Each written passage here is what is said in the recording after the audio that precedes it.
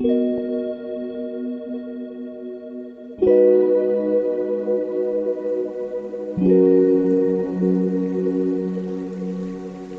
to Slothful Slumber, the podcast where we transform the vast knowledge of the internet into a gentle lullaby for your mind. I'm your host, Luna Dreamwell, and I'm here to guide you on a journey to tranquility through the soothing cadence of Wikipedia articles. Each episode will delve into the most wonderfully mundane and sleep-inducing topics, helping you drift off into a realm of serene dreams. So find your comfortable space, close your eyes, and let the dull hum of information carry you into a restful slumber. Now, let's embark on tonight's voyage of tranquil learning as we explore a topic so peacefully uneventful, it just might whisk you away to the land of dreams.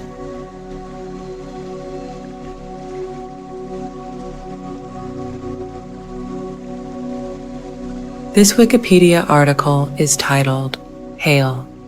Hail is a form of solid precipitation. It is distinct from ice pellets, American English sleet, though the two are often confused. It consists of balls or irregular lumps of ice, each of which is called a hailstone. Ice pellets generally fall in cold weather, while hail growth is greatly inhibited during low surface temperatures.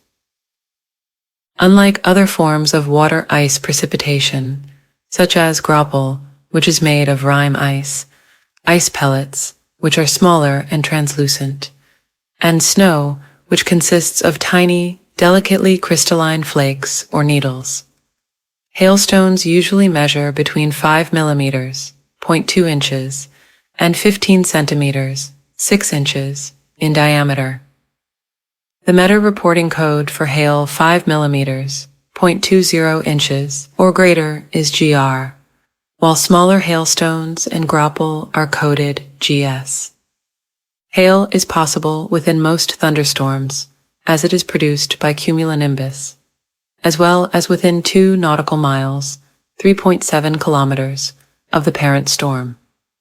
Hail formation requires environments of strong, upward motion of air within the parent thunderstorm, similar to tornadoes, and lowered heights of the freezing level. In the mid-latitudes, hail forms near the interiors of continents, while in the tropics, it tends to be confined to high elevations. There are methods available to detect hail-producing thunderstorms using weather satellites and weather radar imagery. Hailstones generally fall at higher speeds as they grow in size, though complicating factors such as melting, friction with air, wind, and interaction with rain and other hailstones can slow their descent through Earth's atmosphere. Severe weather warnings are issued for hail when the stones reach a damaging size, as it can cause serious damage to human-made structures and, most commonly, farmers' crops. Definition: any thunderstorm which produces hail that reaches the ground is known as a hailstorm. An ice crystal with a diameter of 5 millimeters, 0.20 inches, is considered a hailstone. Hailstones can grow to 15 centimeters, 6 inches, and weigh more than 0.5 kilograms, 1.1 pounds. Unlike ice pellets, hailstones are often layered and can be irregular and clumped together. Hail is composed of transparent ice or alternating layers of transparent and translucent ice at least 1 millimeter, 0.039 inches thick, which are deposited upon the hailstone as it travels through the cloud, suspended aloft by air with strong upward motion until its weight overcomes the updraft and falls to the ground. Although the diameter of hail is varied in the United States, the average observation of damaging hail is between 2.5 centimeters 0.98 inches, and golf ball-sized 4.4 centimeters, 1.75 inches. Stones larger than 2 centimeters, 0.79 inches, are usually considered large enough to cause damage. The Meteorological Service of Canada issues severe thunderstorm warnings when hail that size or above is expected. The U.S. National Weather Service has a 1-inch, 25 millimeters diameter threshold, effective January 2010, an increase over the previous threshold of 0.75 inches, 1.9 centimeters, hail. Other countries have different thresholds according to local sensitivity to hail. For instance, grape-growing areas could be adversely impacted by smaller hailstones.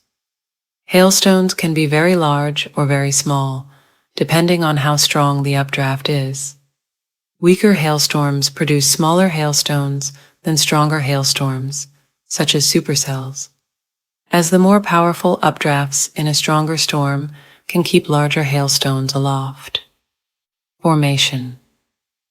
Hail forms in strong thunderstorm clouds, particularly those with intense updrafts, high liquid water content, great vertical extent, large water droplets, and where a good portion of the cloud layer is below freezing, 0 degrees Celsius, 32 degrees Fahrenheit. These types of strong updrafts can also indicate the presence of a tornado. The growth rate of hailstones is impacted by factors such as higher elevation, lower freezing zones, and wind shear. Layer nature of the hailstones. Like other precipitation in cumulonimbus clouds, hail begins as water droplets. As the droplets rise and the temperature goes below freezing, they become supercooled water and will freeze on contact with condensation nuclei. A cross-section through a large hailstone shows an onion-like structure. This means that the hailstone is made of thick and translucent layers, alternating with layers that are thin, white, and opaque. Former theory suggested that hailstones were subjected to multiple descents and ascents, falling into a zone of humidity and refreezing as they were uplifted. This up and down motion was thought to be responsible for the successive layers of the hailstone.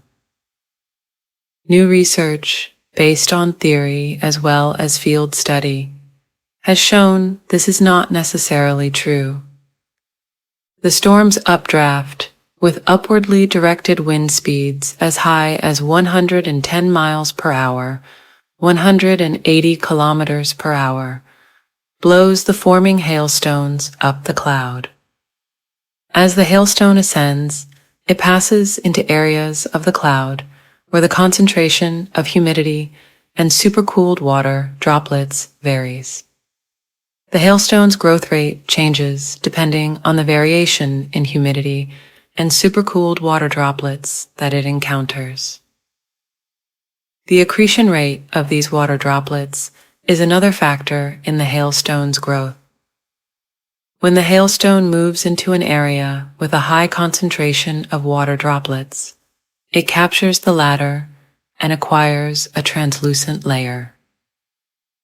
Should the hailstone move into an area where mostly water vapor is available, it acquires a layer of opaque white ice. Furthermore, the hailstone's speed depends on its position in the cloud's updraft and its mass. This determines the varying thicknesses of the layers of the hailstone. The accretion rate of supercooled water droplets onto the hailstone depends on the relative velocities between these water droplets and the hailstone itself.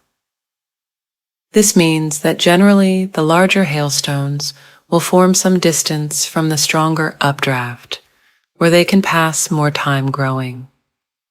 As the hailstone grows, it releases latent heat, which keeps its exterior in a liquid phase.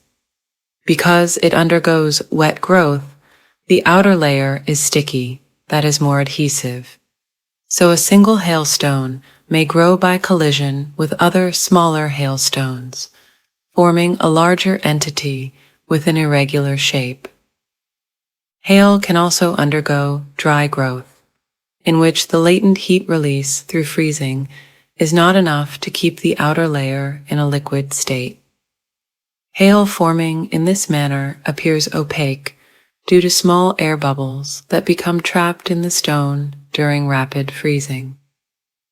These bubbles coalesce and escape during the wet growth mode, and the hailstone is more clear. The mode of growth for a hailstone can change throughout its development, and this can result in distinct layers in a hailstone's cross-section. The hailstone will keep rising in the thunderstorm until its mass can no longer be supported by the updraft. This may take at least 30 minutes, based on the force of the updrafts in the hail-producing thunderstorm, whose top is usually greater than 10 kilometers high. It then falls toward the ground while continuing to grow, based on the same processes, until it leaves the cloud. It will later begin to melt as it passes into air above freezing temperature. Thus, a unique trajectory in the thunderstorm is sufficient to explain the layer-like structure of the hailstone. The only case in which multiple trajectories can be discussed is in a multicellular thunderstorm, where the hailstone may be ejected from the top of the mother cell and captured in the updraft of a more intense daughter cell. This, however, is an exceptional case. Factors favoring hail. Hail is most common within continental interiors of the mid-latitudes, as hail formation is considerably more likely when the freezing level is below the altitude of 11,000 feet, 3,400 meters. Movement of dry air into strong thunderstorms over continents can increase the frequency of hail by promoting evaporational cooling, which lowers the freezing level of thunderstorm clouds, giving hail a larger volume to grow in. Accordingly, hail is less common in the tropics, despite a much higher frequency of thunderstorms than in the mid-latitudes, because the atmosphere over the tropics tends to be warmer over a much greater altitude. Hail in the tropics occurs mainly at higher elevations. Hail growth becomes vanishingly small when air temperatures fall below 30 degrees C, 22 degrees F, as supercooled water droplets become rare at these temperatures. Around thunderstorms, hail is most likely within the cloud at elevations above 20,000 feet, 6,100 meters. Between 10,000 feet, 3,000 meters, and 20,000 feet, 6,100 meters. 60% of hail is still within the thunderstorm, though 40% now lies within the clear air under the anvil. Below 10,000 feet, 3,000 meters, hail is equally distributed in and around a thunderstorm to a distance of 2 nautical miles, 3.7 kilometers. Climatology. Hail occurs most frequently within continental interiors at mid-latitudes and is less common in the tropics, despite a much higher frequency of thunderstorms than in the mid-latitudes. Hail is also much more common along mountain ranges because mountains force horizontal winds upwards, known as orographic lifting, thereby intensifying the updrafts within thunderstorms and making hail more likely. The higher elevations also result in there being less time available for hail to melt before reaching the ground. One of the more common regions for large hail is across mountainous northern India, which reported one of the highest hail-related death tolls on record in 1888. China also experiences significant hailstorms, Central Europe and southern Australia also experience a lot of hailstorms. Regions where hailstorms frequently occur are southern and western Germany, northern and eastern France, southern and eastern Benelux, and northern Italy. In southeastern Europe, Croatia and Serbia experience frequent occurrences of hail. Some Mediterranean countries register the maximum frequency of hail during the fall season. In North America, hail is most common in the area where Colorado, Nebraska, and Wyoming meet, known as Hail Alley. Hail in this region occurs between the months of March and October during the afternoon and evening hours, with the bulk of the occurrences from May through September. Cheyenne, Wyoming, is North America's most hail-prone city, with an average of 9 to 10 hailstorms per season. To the north of this area, and also just downwind of the Rocky Mountains, is the Hailstorm Alley region of Alberta, which also experiences an increased incidence of significant hail events. Short-term detection. Weather radar is a very useful tool to detect the presence of hail-producing thunderstorms. However, radar data has to be complemented by a knowledge of current atmospheric conditions, which can allow one to determine if the current atmosphere is conducive to hail development. Modern radar scans many angles around the site. Reflectivity values at multiple angles above ground level in a storm are proportional to the precipitation rate at those levels. Summing reflectivities in the vertically integrated liquid, or VIL, gives the liquid water content in the cloud. Research shows that hail development in the upper levels of the storm is related to the evolution of VIL. VL divided by the vertical extent of the storm, called VIL density, has a relationship with hail size, although this varies with atmospheric conditions and therefore is not highly accurate. Traditionally, hail size and probability can be estimated from radar data by computer using algorithms based on this research. Some algorithms include the height of the freezing level to estimate the melting of the hailstone and what would be left on the ground. Certain patterns of reflectivity are important clues for the meteorologist as well. The three-body scatter spike is an example. This is the result of energy from the radar hitting hail and being deflected to the ground, where they deflect back to the hail and then to the radar. The energy took more time to go from the hail to the ground and back, as opposed to the energy that went directly from the hail to the radar, and the echo is further away from the radar than the actual location of the hail on the same radial path, forming a cone of weaker reflectivities. More recently, the polarization properties of weather radar returns have been analyzed to differentiate between hail and heavy rain.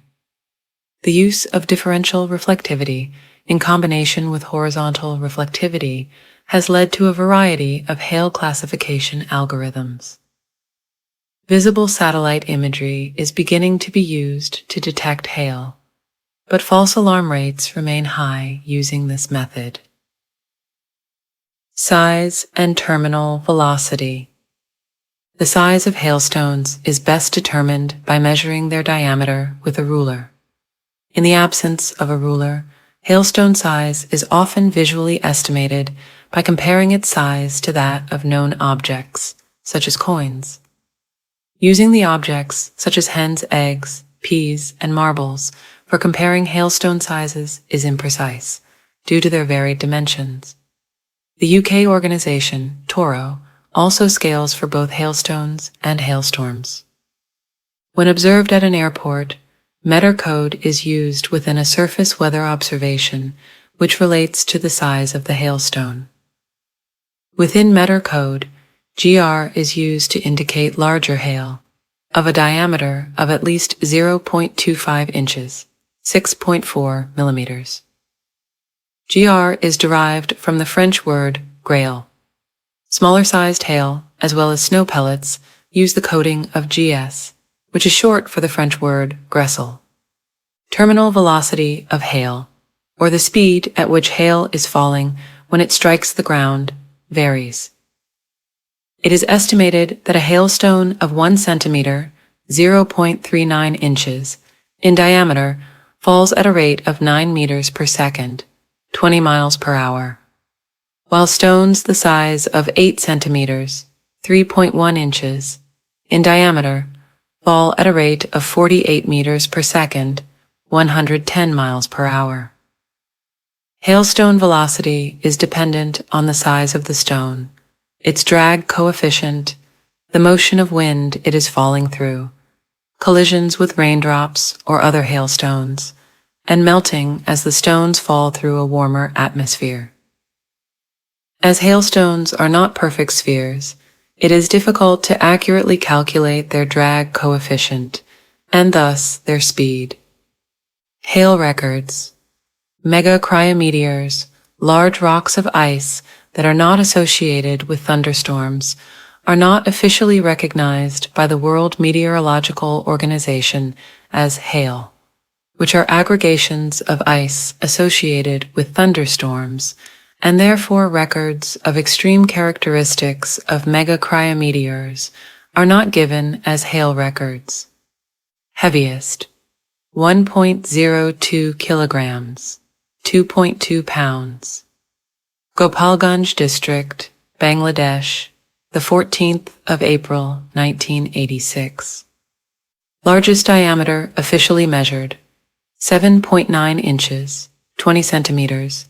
Diameter, 18.622 inches, 47.3 centimeters. Circumference. Vivian, South Dakota, the 23rd of July, 2010. Largest circumference officially measured, 18.74 inches, 47.6 centimeters. Circumference, 7.0 inches, 17.8 centimeters diameter. Aurora, Nebraska, the 22nd of June, 2003. Greatest average hail precipitation. Kericho, Kenya experiences hailstorms, on average, 50 days annually. Kericho is close to the equator and the elevation of 2,200 meters, 7,200 feet, contributes to it being a hot spot for hail. Kericho reached the world record for 132 days of hail in 1 year. Hazards. Hail can cause serious damage, notably to automobiles, aircraft, skylights, glass-roofed structures, livestock, and most commonly, crops. Hail damage to roofs often goes unnoticed until further structural damage is seen, such as leaks or cracks. It is hardest to recognize hail damage on shingled roofs and flat roofs, but all roofs have their own hail damage detection problems. Metal roofs are fairly resistant to hail damage, but may accumulate cosmetic damage in the form of dents and damaged coatings. Hail is one of the most significant thunderstorm hazards to aircraft. When hailstones exceed 0.5 inches, 13 millimeters in diameter, planes can be seriously damaged within seconds. The hailstones accumulating on the ground can also be hazardous to landing aircraft. Hail is a common nuisance to drivers of automobiles, severely denting the vehicle and cracking or even shattering windshields and windows unless parked in a garage or covered with a shielding material. Wheat, corn, soybeans, and tobacco are the most sensitive crops to hail damage. Hail is one of Canada's most expensive hazards. Rarely, massive hailstones have been known to cause concussions or fatal head trauma. Hailstorms have been the cause of costly and deadly events throughout history. One of the earliest known incidents occurred around the 9th century in Rupkund, Uttarakhand, India, where 200 to 600 nomads seem to have died of injuries from hail the size of cricket balls. Accumulations. Narrow zones where hail accumulates on the ground in association with thunderstorm activity are known as hail streaks or hail swaths, which can be detectable by satellite after the storms pass by. Hailstorms normally last from a few minutes up to 15 minutes in duration. Accumulating hailstorms can blanket the ground with over 2 inches, 5.1 centimeters of hail, cause thousands to lose power, and bring down many trees. Flash flooding and mudslides within areas of steep terrain can be a concern with accumulating hail. Depths of up to 18 in 0.46 m have been reported. A landscape covered in accumulated hail generally resembles one covered in accumulated snow, and any significant accumulation of hail has the same restrictive effects as snow accumulation, albeit over a smaller area, on transport and infrastructure. Accumulated hail can also cause flooding by blocking drains, and hail can be carried in the floodwater, turning into a snow-like slush which is deposited at lower elevations. On somewhat rare occasions, a thunderstorm can become stationary, or nearly so, while prolifically producing hail, and significant depths of accumulation do occur. This tends to happen in mountainous areas, such as the July 29, 2010 case of a foot of hail accumulation in Boulder County, Colorado. On June 5, 2015, hail up to 4 feet deep fell on one city block in Denver, Colorado. The hailstones, described as between the size of bumblebees and ping-pong balls, were accompanied by rain and high winds. The hail fell in only the one area, leaving the surrounding area untouched. It fell for 1.5 hours between 10 p.m. and 11:30 p.m. A meteorologist for the National Weather Service in Boulder said, "It's a very interesting phenomenon. We saw the storm stall. It produced copious amounts of hail in one small area. It's a meteorological thing." Tractors used to clear the area filled more than 30 dump truck loads of hail. Research focused on 4 individual days that accumulated more than 5.9 inches, 15 centimeters, of hail in 30 minutes on the Colorado Front Range, has shown that these events share similar patterns in observed synoptic weather, radar, and lightning characteristics, suggesting the possibility of predicting these events prior to their occurrence. A fundamental problem in continuing research in this area is that, unlike hail diameter, hail depth is not commonly reported. The lack of data leaves researchers and forecasters in the dark when trying to verify operational methods. A cooperative effort between the University of Colorado and the National Weather Service is in progress. The joint project's goal is to enlist the help of the general public to develop a database of hail accumulation depths. Suppression and prevention. During the Middle Ages, people in Europe used to ring church bells and fire cannons to try to prevent hail and the subsequent damage to crops. Updated versions of this approach are available as modern hail cannons. Cloud seeding after World War II was done to eliminate the hail threat, particularly across the Soviet Union, where it was claimed a 70 to 98% reduction in crop damage from hailstorms was achieved by deploying silver iodide in clouds, using rockets and artillery shells. But these effects have not been replicated in randomized trials conducted in the West. Hail suppression programs have been undertaken by 15 countries between 1965 and 2005.